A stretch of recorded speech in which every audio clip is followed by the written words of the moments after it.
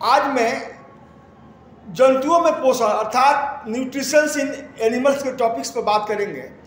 देखिए, हमने अगला वीडियो में बताया था आप लोगों को कि पौधों में कैसे पोषण होती है, यानी कि न्यूट्रिशंस इन प्लांट्स। उसमें हम बताए थे फोटोसिंथेसिस प्रोसेस को आगे निकालते हैं।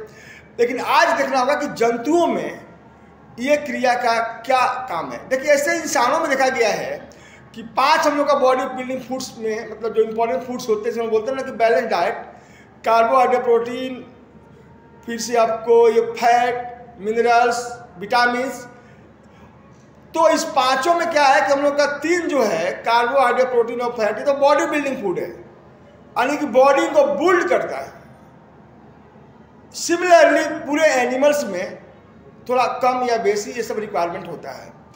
तो देखा जाए आगे कि जंतुओं में जो पोषक पदार्थ हम लोग का होता है, तो भोज्य पदार्थों में निहित वे उपयोगी रासायनिक घटक जिनका उपयुक्त मात्रा में उपलब्ध होना शरीर के विभिन्न जैविक क्रियाओं के लिए अति आवश्यक होता है।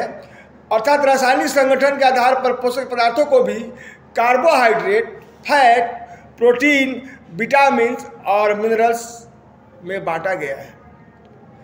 अब है कि पोषण के अंतर्गत शर्करा जो होता है ग्लूकोज के रूप में बदल जाता है। देखिए, ग्लूकोज के रूप में बदल जाता है, जिसका भंडारण ग्लाइकोजन के रूप में होता है। सेलुलोज पौधे की कोशिका भित्ति में पाई जाती है। देखिए, सेलुलोज पर भी बहुत से लोगों का, हम आज बात को क्लियर करेंगे कि यह तो कोशिका भित्ति में पाई जाती है पौधों की, और कपास और कागज में जो होता है शुद्ध सेलुलोज होता है, और यह ग्लूकोज का बहुलक होता है, यानी पॉलीमर होता है। अब है क्या कि पशु जैसे गाय, भैंस, बकरी इत्यादि में सेलुलोज का पाचन होता है, परंतु मनुष्य में इसका पाचन नहीं होता। तो सुनिए क्या कारण है। सेलुलोज का मतलब हुआ कि जैसे कि जो भी हम लोग का घास है, ग्रीन घास है, प्लांट्स है, जिसको गाय, भैंस, बकरी यूज करती है, उसमें क्या होता है कि सेलुलोज एक हाई प्रोटीन्स के रूप में कवर्ड होता है, और उस कवर्ड को तोड़ने के बाद उसका डाइजेशन होगा। तो ये तो गाय, भैंस, बकरी इसको तो पहले खा लेते हैं।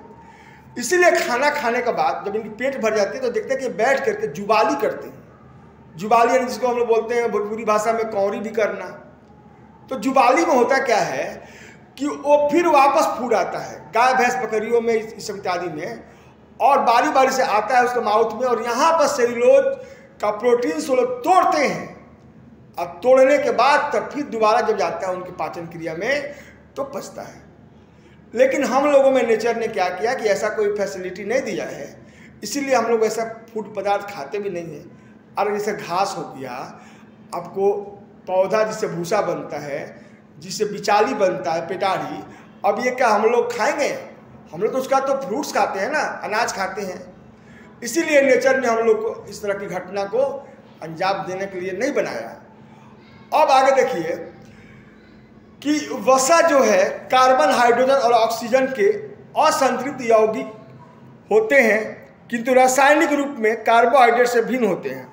शरीर की कुल ऊर्जा का 20 से 30% ऊर्जा वसा से प्राप्त होती है, जबकि 1 ग्राम वसा में पूर्णतः ऑक्सीकरण से 9.3 kg कैलोरी ऊर्जा मुक्त होती है।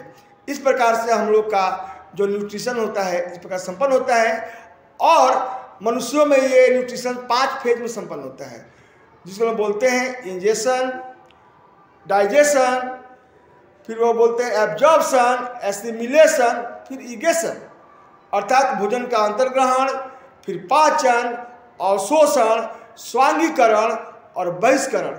इस क्रिया में यदि एक भी क्रिया में कोई डिस्टर्बेंस होती है तो हम लोग का यहाँ से चैप्टर समाप्त हो जाता है। जैसे मान लो लीवर ही खराब हो गया तो पाचन क्रिया होगा? नहीं होगा। या पैनक्रियाजी में कुछ प्रॉब्लम आ गई।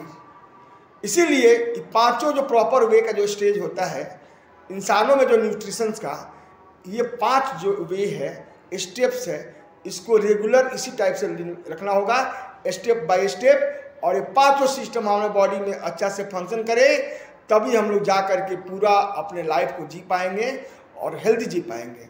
इसीलिए हमारे आज के इस वीडियो से आप लोगों को ये मालूम हो चला कि गाय, भैंस, बकरियाँ जुबाली क्यों करती है, हम लोग ऐसा नहीं क्यों करते हैं, और हम लोग का स्टेप्स कितने होते हैं जो कि पोषण के लिए लाभदायक होते हैं। बाकी अपना ख्याल रखिएगा। जय हिंद, धन्यवाद।